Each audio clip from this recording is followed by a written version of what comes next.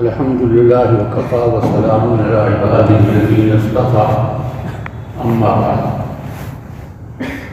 قال رسول الله صلى الله عليه وسلم من خرج في طلب العلم كان كفارة لما مضى أو كما قال عليه الصلاة والسلام. طلباء عزیز، میں آپ حضرات کے سامنے جو حدیث پاک تلاوت کی ہے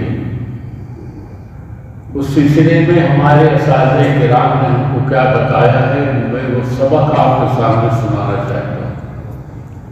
میں کوئی مقرر نہیں ہوں، لوائی ہوں، ہاں مدرس ضرور.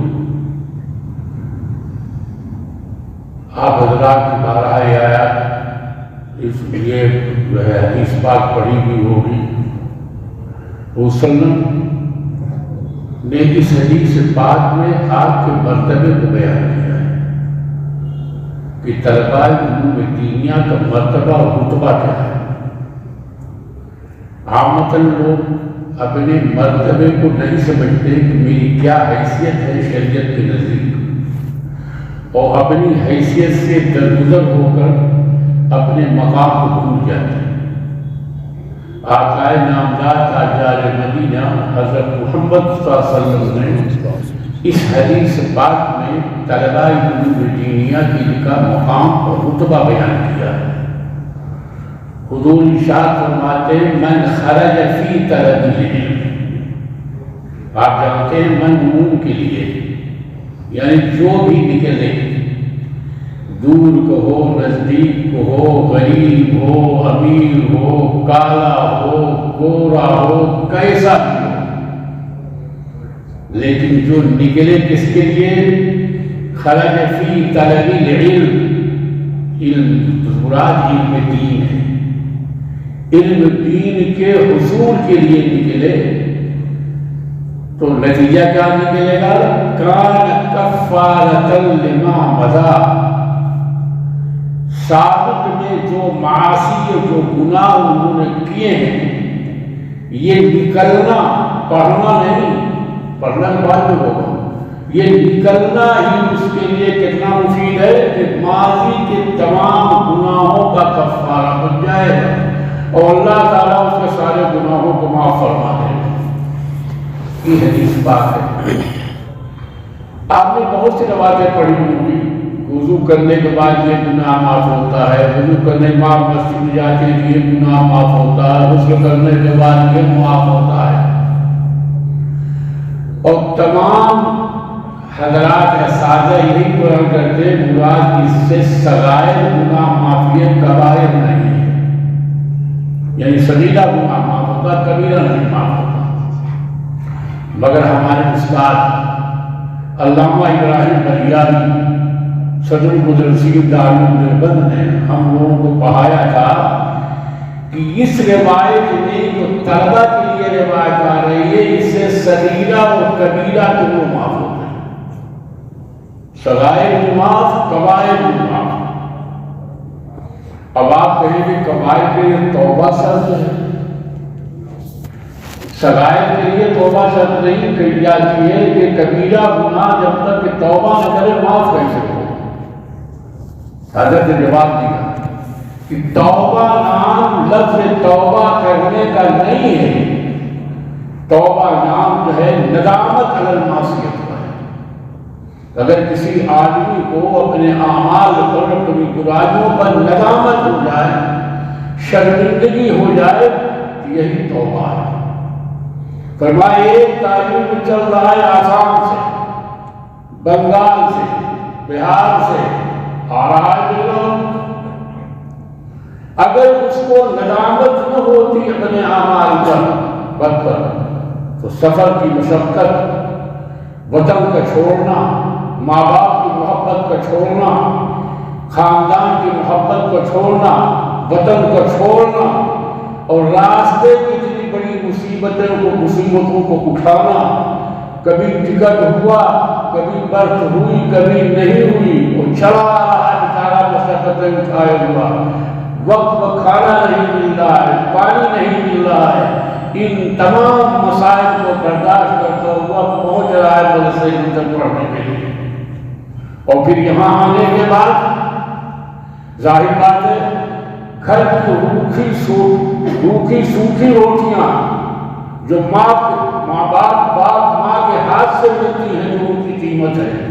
بس سے آنے کے بعد کبھی ناشتے کا علم ہے کبھی نہیں ہے, کھانا کبھی مزاج کے مطابق کبھی نہیں ہے.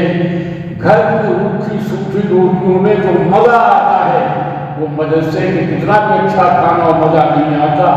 اور پھر اوپر سے سبق یاد نہ ہو استاد کی مار کھاتا ہے, پٹائی ہوتی ہے, سب برداشت کرتا ہے. کیوں برداشت کر رہا ہے؟ اس لیے کر رہا ہے کہ اپنے گناہوں پر ندامت ہے, اسی کا نام توبہ ہے. اس لیے ہمارے استاد علامہ ابراہیم بلیانی قدس اللہ سرور فرماتے ہیں اس حدیث پاک سے مراد طلبہ کے بارے میں مرائیے صغائر اور کبائر دونوں معاف. تو عرض کرنا ہے اس حدیث پاک میں آپ کا کتنا رتبہ بلند ہے. رسول صلی اللہ علیہ وسلم نے ارشاد فرمایا اپنے اس مرتبے کو سمجھیے اور سمجھ کر اپنے وقت کو کارآمد بنائے. اس سلسلے کے اندر 3 باتیں عرض کرنی ہیں مجھے آپ سے. ایک بات تو یہ ہے کہ بلا مطالعے کے ہر بھی سبق نہ پڑھیے. سبق سمجھنے کے لیے مطالعہ کرنا ضروری ہے. مطالعہ سمجھتے ہیں اور مطالعہ نام ہے مجہول کے معلوم کرنے کا نام نہیں ہے کہ مجہول کو معلوم کیجیے, بلکہ تمیز بین المعلوم والمجہول.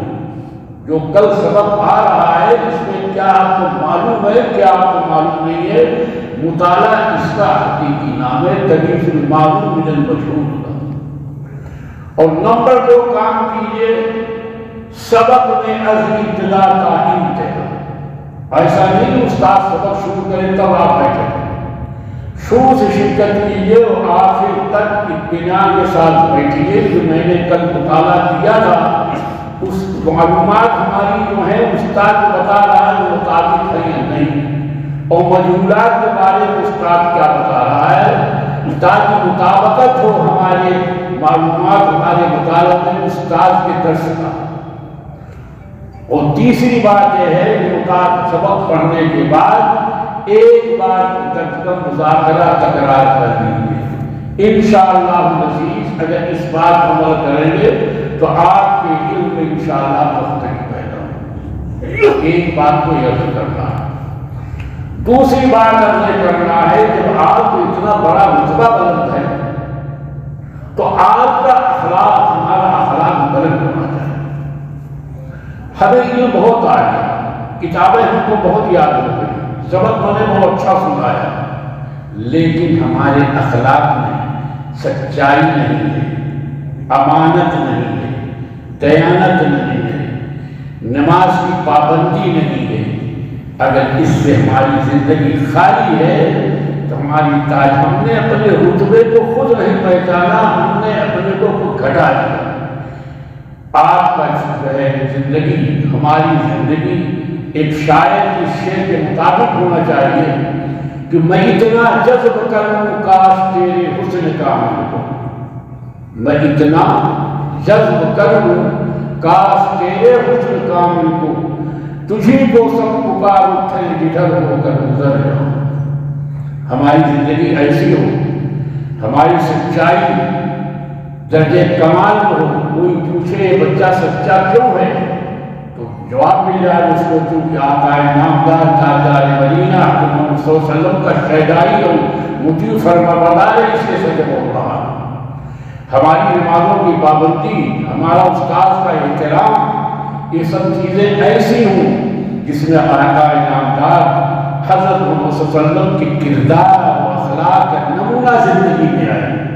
اگر زندگی نمونہ آتا ہے تب زندگی آپ کی کامیاب, اور آپ نے اپنے مرتبے کو جو آپ کو رتبہ ہے آپ نے اس کا خیال کیا و احترام کیا. اگر یہ چیزیں زندگی میں نہیں آتی ہیں تو یقین رکھیے ہم نے اپنے مرتبے خود کمایا ہے اور ظاہر کیا ہے۔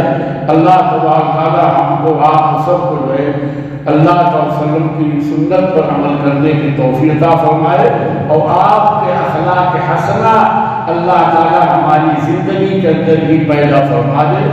میری چند باتیں عرض کرنی تھی، اللہ تعالیٰ سے دعا کیجیے اللہ تعالیٰ ہم کو بھی توفیق عطا فرمائے۔